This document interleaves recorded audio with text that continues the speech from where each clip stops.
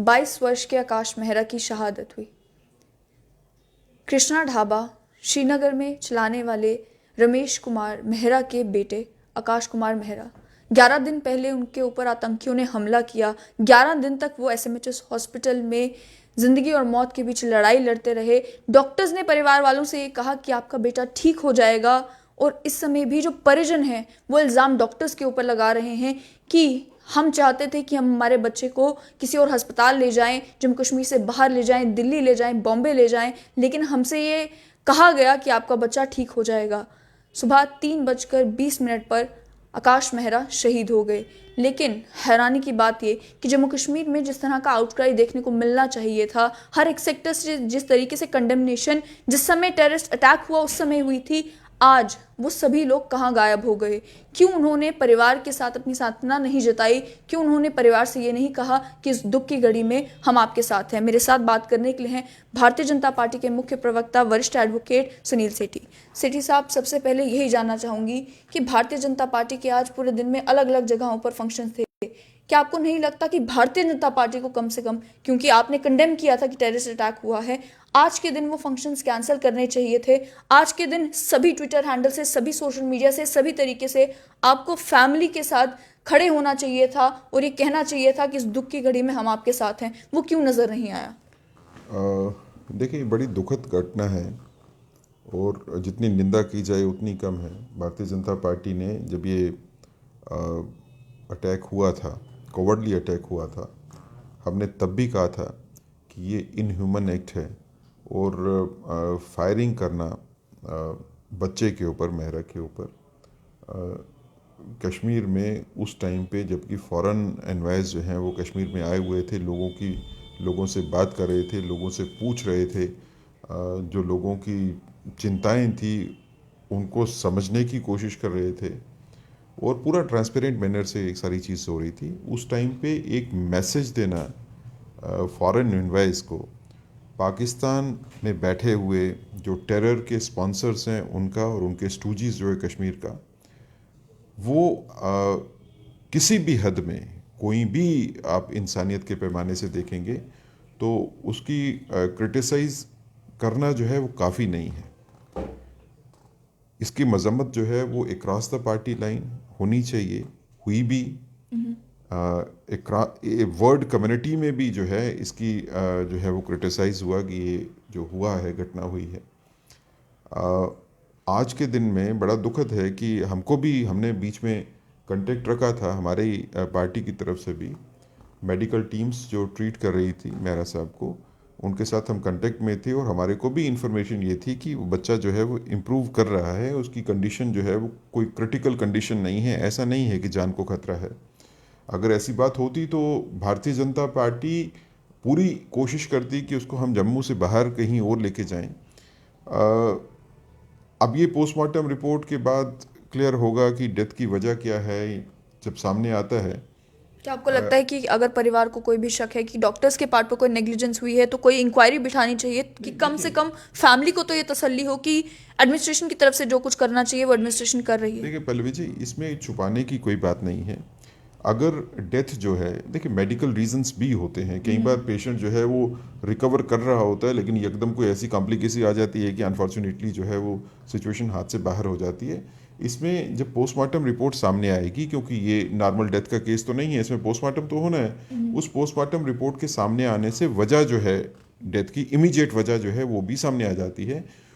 लेकिन अगर परिवार की ये चिंता है कि मेडिकल नेग्लिजेंस की वजह से हुई है, बेटर ट्रीटमेंट नहीं होने की वजह से हुई है, अगर ऐसी चिंता परिवार बताता है, जताता है, तो मुझे लगता है कि इंसाफ का तकाजा ये ज़रूर होगा कि एडमिनिस्ट्रेशन जो है इसमें इंक्वायरी का आर्डर करे और उन सर्कमस्टांसेस को ज़रूर इंक्वायर करे कि जिसमें बच्चा जो है वो ट्रीटमेंट के चल रही थी, 11 दिन तक जो है वो ट्रीटमेंट के अंडर था और फिर उसकी डेथ जो है वो हो जाती है। अगर कंसर्न ये आता है परिवार की तरफ से और अपरेंटली कोई रीज़न ऐसा लगता है कि एकदम चलते चलते जो है वो डेथ कैसे हो जाती है और पोस्टमार्टम से जो है वो क्लैरिटी नहीं आती है, तो इंक्वायरी कराने में बिल्कुल एतराज़ किसी को नहीं होना चाहिए। भारतीय जनता पार्टी ये ज़रूर डिमांड करेगी कि इन सर्कमस्टांसेस में इसमें इंक्वायरी जो है वो ज़रूर हो जाए और इंक्वायरी में ये पता चल जाए कि डेथ जो है वो किन सर्कमस्टांसेस में हुई। मैं personally I am very shocked. Krishna dhaba में हम लोग अक्सर जाते रहे हैं मिलिटेंसी के दौरान, पीक पे मिलिटेंसी जब थी, तब भी जब कश्मीर में बाकी सब होटल्स जो हैं वो बंद हो जाते थे, मिलिटेंसी की पीक में जब हम कश्मीर में ट्रेवल करते थे, तो Krishna dhaba was the only place जो मिलिटेंसी की पीक में भी खुला रहता था। और मुझे लगता है कि ग्रेट नेशनल सर्विस जो है वो कृष्णा ढाबा ने कश्मीर में की है मिलिटेंसी के दौरान। यहीं पर सेठी साहब, क्योंकि आपने कहा कि ग्रेट नेशनल सर्विस की है, क्या कारण है कि अभी 25 मिनट पहले तक ना ही लेफ्टिनेंट गवर्नर के ऑफिस ने जो है कंडोलेंस मैसेज भेजा था, ना ही जितने भी पॉलिटिकल फेसेस हैं, उमर अब्दुल्ला जी का मैसेज आया था, महबूबा मुफ्ती हैं उनका मैसेज, उनके ट्वीट आया था, लेकिन उसके अलावा जो जम्मू की सिविल सोसाइटी है और जो कश्मीर की सिविल सोसाइटी है, ट्रेडर्स ऑर्गेनाइजेशन है, बिजनेस फ्रेटर्निटी है, किसी ने भी बढ़ चढ़कर ये नहीं कहा कि हम फैमिली के साथ हैं, किसी ने भी कंडोलेंस का मैसेज नहीं भेजा। जो आउटक्राई आप देखें कि नॉर्मल कश्मीर में जब कोई कैजुअलिटी होती है तब जो आउटक्राई देखने को मिलता है, क्या कारण है कि जम्मू कश्मीर का ही एक रहने वाला 22 साल का युवक आतंकियों से शहीद कर देते हैं, लेकिन वो आउटक्राई जो है वो जो पूरे जम्मू कश्मीर में देखने को नहीं मिलता। क्या ये नैरेटिव जिसकी बात भारतीय जनता पार्टी कर रही थी कि जम्मू का नैरेटिव भी अब मजबूत होगा, क्या वो नैरेटिव आपको लग रहा है इस मजबूत हुआ है? देखिए, दो चीज़ें होती हैं। एक तो अगर आप ये पूछना चाहते हैं कि जम्मू में क्या कोई रोष है इस हत्या के बाद, या जम्मू में लोग जो हैं वो शॉक में हैं इस हत्या के बाद, जम्मू में लोग क्रिटिसाइज़ करते हैं, जम्मू के लोग जो है वो इस हत्या का विरोध करते हैं, तो मैं कहूँगा हाँ, जम्मू में शायद ही आपको कोई ऐसा आदमी मिलेगा, वो चाहे हिंदू होगा, मुस्लिम होगा, सिख होगा, किसी पॉलिटिकल पार्टी से होगा, जम्मू की मैं बात अगर करूं तो कोई भी आपको ऐसा आदमी नहीं मिलेगा जो इस हत्या की निंदा नहीं करता है। ये हो सकता है कि फेसबुक के ऊपर या ट्विटर के ऊपर या सोशल मीडिया के ऊपर डिले हुई है लोगों की तरफ से इस पे रिएक्ट करने में। कश्मीर में लोग जो है वो सोशल मीडिया पे ज़्यादा एक्टिव रहते हैं, जम्मू के लोग जो है वो सोशल मीडिया पे उतने एक्टिव नहीं रहते हैं। अगर आप जनरली भी देखो तो पॉलिटिकल फोर्सेस जो जम्मू की हैं वो सोशल मीडिया हैंडल को उतनी तेज़ी से इस्तेमाल नहीं करती हैं जितनी कि कश्मीर से करते हैं। आज का दिन मुझे लगता है कि इस चीज़ के बारे में सोचने का नहीं है कि किसने निंदा की है, किसने जल्दी की है, किसने आधे घंटे के बाद की है, किसने 5 बजे की है। Whole of union territory of Jammu and Kashmir is under shock. अगर सिविल सोसाइटी की बात करें, सिविल सोसाइटी चाहे वो जम्मू की होगी चाहे वो कश्मीर की होगी, वो सारे शॉक में हैं। ये जो चीज़ हुई है इसकी कड़ी निंदा जो है वो हर सेक्टर से हो रही है, लेकिन खाली कड़ी निंदा करने से काम नहीं चलेगा। इस तरह के हालात जिसमें ये किलिंग हुई है, उस तरह के हालात क्यों बने और उस तरह के हालात को आगे से रोकने के लिए क्या कदम उठाने चाहिए, ये एक चिंता का विषय है। देखिए, मुझे लगता है कि अगर आपने उस घटनाक्रम को देखा होगा जब फायरिंग जो है मेहरा साहब के ऊपर हुई, या उसके बाद जो है 2 पुलिस ऑफिशियल्स के ऊपर भी फायरिंग जो है मिलिटेंट करके भाग गया, तो ये एक चिंता का विषय ज़रूर है कि इतना सिक्योरिटी का तामझाम होना है, पूरा श्रीनगर जो है वो सिक्योरिटी से भरा हुआ है। हम नेशनल मीडिया के ऊपर, इंटरनेशनल मीडिया के ऊपर ये कहते हैं कि हमने मिलिटेंसी को कंटेन कर दिया, और सच भी है कि काफ़ी हद तक मिलिटेंसी कंटेन है, लेकिन ये एलिमेंट ऑफ सरप्राइज जो मिलिटेंट्स के पास है, इसको पूरी तरह से चेक हम नहीं कर पाए। ये कहना कि आप एलिमेंट ऑफ सरप्राइज जो है वो हमेशा रहेगा, मिलिटेंट आके किसी को मार देगा और उसके बाद हम मिलिटेंट को न्यूट्रलाइज कर देंगे, उसको मार देंगे, उसको गिरफ्तार कर देंगे, जैसे इस केस में मिलिटेंट को पकड़ लिया हमने, जो इन्वॉल्व थे आदमी उनको पकड़ लिया 48 आवर्स के बीच में। लेकिन पहले स्थान पे हमको ये ज़रूर सोचना चाहिए कि पकड़ना या मारना बात की बात है, इस तरह की फायरिंग को रोकने के लिए क्या कदम जो है वो उठाने चाहिए जो आज तक नहीं उठाए गए, उसके बारे में एक रणनीति जो है वो बनाना ज़रूरी है। मुझे लगता है कि रणनीति हमारी मिलिटेंसी को कंटेन करने के लिए तो ज़रूर काम कर रही है मौके के ऊपर, और उसके ऊपर जो 5 अगस्त 2019 के बाद के जो हालात बने हैं वो भी उनका भी काफ़ी बड़ा रोल है। लेकिन कंटेन करना इस तरह के इंसिडेंट्स को जिसमें एलिमेंट ऑफ सरप्राइज होता है, उसके बारे में एक बेहतर रणनीति की जो है वो ज़रूरी करना, इंतज़ाम ज़रूरी है। लेकिन सेठ साहब साथ ही में बहुत ज़्यादा ज़रूरी है कि परिवार को इंसाफ मिले। उन 3 आतंकवादियों को तो अरेस्ट कर लिया गया है, लेकिन क्या अब ऐसा कोई कानून बनाया जाएगा जिसमें जो जस्टिस है वो फास्ट ट्रैक हो? ऐसा ना हो सालों साल केस चलता रहे और परिवार भी इंतजार करता रहे। वो परिवार जिसने अपने 22 साल का बच्चा खोया है, उसे इंतजार करना पड़े कि उन आतंकवादियों को सज़ा कब मिलेगी। देखिए, क्योंकि ये मिलिटेंसी के रिलेटेड इंसिडेंट्स है, तो मुझे लगता है कि गवर्नमेंट को, यूनियन टेरिटरी एडमिनिस्ट्रेशन को इसकी इन्वेस्टिगेशन को जो है वो एनआईए के हवाले करना चाहिए।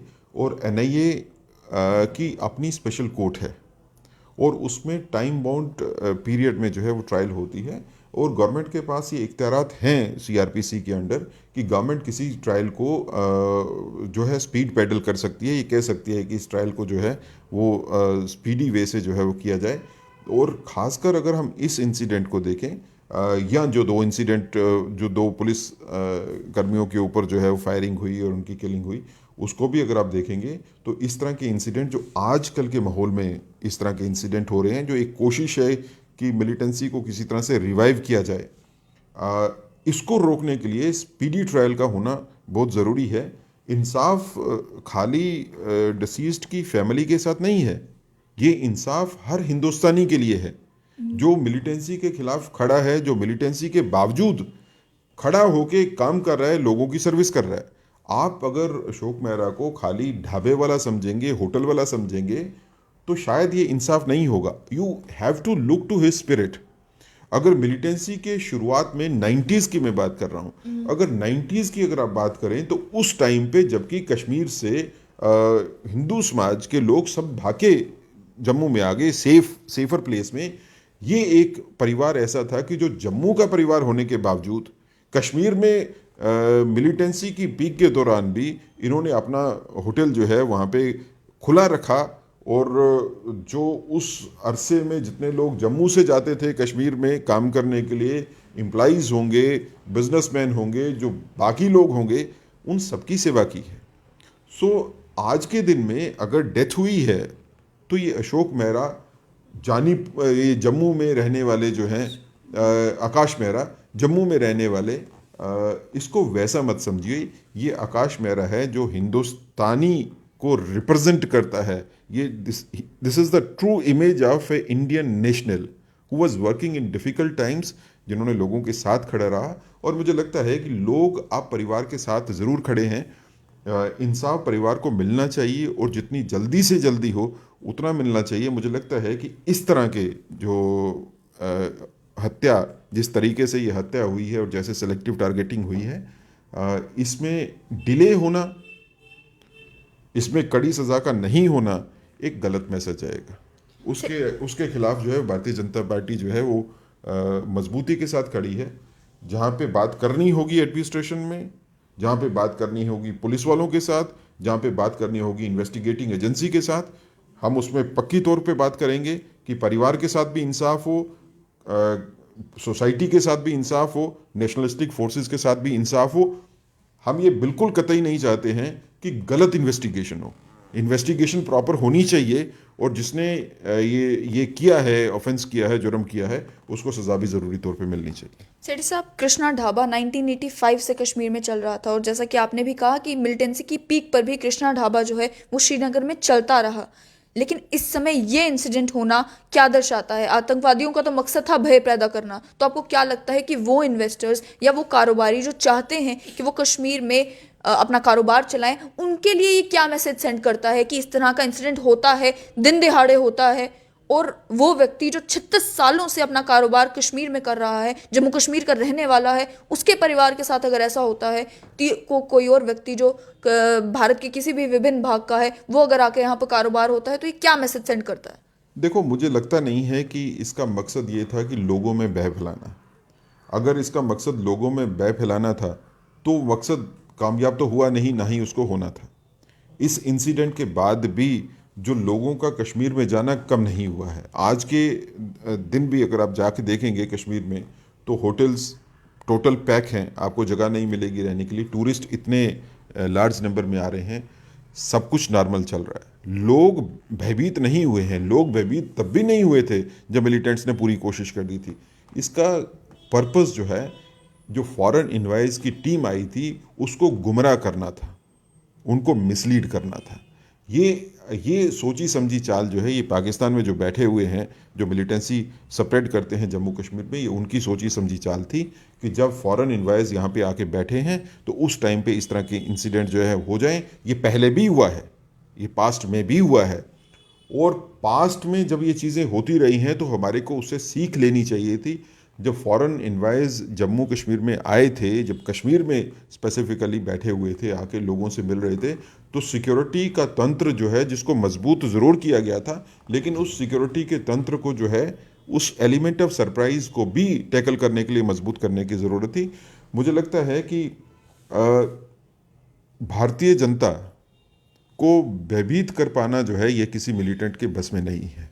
ये हमने लगातार साबित किया है। ये पाकिस्तान अभी 2-3 दिन पहले ही ये एग्री हुआ कि हम जो है वो सीज़ फायर को जो है दोनों कंट्रीज़ ऑनर करेंगे, हम पुरानी पोजीशंस को मेंटेन करेंगे। लेकिन आप ऑनेस्टली मुझसे पूछेंगे तो मैं पाकिस्तान की कमिटमेंट्स, पाकिस्तान के प्रोमिसेस के ऊपर यकीन नहीं करता हूँ। पाकिस्तान की ये आदत है कि वो प्रॉमिस करके पीछे हटता है। अगर ये सोच ले कोई कि ये सीज़ फायर के ऊपर जो है एग्री करने के बाद पाकिस्तान जो है वो मिलिटेंट्स को जम्मू कश्मीर में भेजना बंद कर देगा, उनकी सपोर्ट बंद कर देगा, नहीं होगा। मिलिटेंट्स के साथ खाली पुलिस वाले लड़ें या खाली आर्मी वाले लड़ें या खाली सीआरपीएफ वाले लड़ें, उससे मसला हल नहीं होगा। आम जनता को भी खड़े होना पड़ेगा। आम जनता इतने सालों से खड़ी है, लेकिन इस तरह के जो दुर्घटनाएं हो जाती हैं, इससे मुझे लगता है कि गुस्सा और बढ़ता है। आज आप चाहे वो जम्मू में होगा, हिंदुस्तान के किसी हिस्से में होगा, अगर मेहरा साहब के बारे में, ये हत्या के बारे में बात करेंगे तो लोगों में भय की जगह गुस्सा ज़्यादा है कि ये बर्दाश्त करना जो है अब किसी भारतीय के बस में नहीं है कि इस तरह की दुर्घटनाएं, इस तरह की घटनाएं, इस तरह की हत्याएं होती रहें और समाज जो है वो अपने काम रूटीन में करता रहे। ये ऐसा नहीं होगा। आने वाले समय में इस तरह की घटनाएं नहीं हो, उसके बारे में चिंता करनी ज़रूरी है, लेकिन इंसाफ, जो मृतक है उसके परिवार वालों के साथ इंसाफ भी होना चाहिए। और जहाँ तक हो सके मैं ये ज़रूर कहूँगा, चाहे आपके पास रूल्स हैं या नहीं हैं, गवर्नमेंट के पास पावर होती है एक्सेप्शन क्रिएट करने की। गवर्नमेंट को जो शहीद है उसके परिवार को हर वो फैसिलिटी देनी चाहिए जो कि हम जो सेना के शहीद होते हैं उनके परिवारों को देते हैं, जो पुलिस के शहीद हैं, सीआरपीएफ के शहीद हैं, उनके परिवारों को देते हैं। ये हत्या, इसको आप नॉर्मल मिलिटेंसी किलिंग के बारे के को लेके मत सोचिए। ये एक स्पेशल सर्कमस्टांस है और उसके परिवार को जितनी होनी चाहिए, जितनी हो सकती है मदद, वो हमको ज़रूर करनी चाहिए। नहीं सर साहब, जो सवाल था कि टूरिस्ट अलग बात है और इन्वेस्टर अलग बात है, क्या आपको लगता है कि इसका कोई नेगेटिव इफेक्ट उन इन्वेस्टर्स के ऊपर पड़ेगा जो चाहते हैं जम्मू कश्मीर में कारोबार करना, लेकिन वो जब देखते हैं, क्योंकि एक इन्वेस्टर चाहता है कि उसकी इन्वेस्टमेंट सेफ हो, अगर वो कोई कारोबार शुरू करता है तो वो खुद भी सेफ हो और वो बिजनेस भी सेफ हो। अब इन्वायरमेंट अगर इस तरह का होगा, वो भी श्रीनगर शहर के बीचों बीच, तो किस तरह से कोई चाहेगा कि मैं यहाँ पर अपने पैसे भी लगाऊं, अपना एनर्जी भी लगाऊं, अपनी ज़िंदगी भी जोखिम में डालूं। देखिए, मुझे नहीं लगता है कि इन्वेस्टर्स जो हैं वो किसी भी हालत में इस इंसिडेंट से जो है वो फिक्रमंद होंगे या इन्वेस्टर्स जो हैं वो डिसवेड हो जाएंगे। इन्वेस्टर्स का इंथुजियाज़म जो है जम्मू और कश्मीर में आने के लिए, दोनों जगह, जम्मू में भी और कश्मीर में भी, चाहे वो इंडस्ट्रियल सेक्टर होगा, टूरिस्ट सेक्टर होगा, होटल इंडस्ट्री होगी, फूड प्रोसेसिंग इंडस्ट्री होगी, इतना ज़्यादा उत्साह है लोगों में, बाहर जम्मू कश्मीर के बाहर के लोगों का जम्मू कश्मीर में आके यहाँ पे इन्वेस्ट करने का, कि लोग सिर्फ इंतज़ार कर रहे थे कि ये कोरोना काल जो है वो ख़त्म हो जाए और उसके बाद जो है यहाँ पे दौर शुरू हो, यहाँ पे नया सिस्टम जो है वो इंफ्रास्ट्रक्चर खड़ा हो। तो इन्वेस्टर्स को, अगर आप सोचते हैं कि इन्वेस्टर्स किसी को डर होगा, खौफ होगा, वैसी बात नहीं है। मुझे नहीं लगता है कि मिलिटेंट्स जो हैं, अगर उनकी मंशा ये है कि कोई इन्वेस्टर्स को डिसवेड कर सकते हैं, तो उनकी मंशा पूरी होने वाली नहीं है। भारतीय फ़ौज, भारतीय सेना, जम्मू कश्मीर की पुलिस जो है वो, सीआरपीएफ, ये सेंट्रल सर्विसेज, बाकी जो हैं पैरामिलिट्री फोर्सेस, वो सक्षम हैं इस तरह की चीज़ों के साथ डील करने के लिए। और हमको पूरा भरोसा है कि आने वाले दिनों में हालात जो हैं, जो कहीं एक दो जो इंसिडेंट्स होते हैं ऐसे, ये भी आगे से जो है वो नहीं होंगे। बहुत बहुत शुक्रिया। तो आपने सुन लिया साफ तौर पर कि इनका ये कहना है कि आकाश मेहरा के परिवार को ही नहीं बल्कि पूरे भारत को इंसाफ मिलना चाहिए। इस मामले में जल्द इन्वेस्टिगेशन होनी चाहिए और इन्वेस्टिगेशन होने के बाद परिवार के लिए सरकार को ये करना चाहिए कि जो फैसिलिटीज़ एक शहीद के परिवार को मिलती है वो आकाश मेहरा के परिवार को भी मिलनी चाहिए।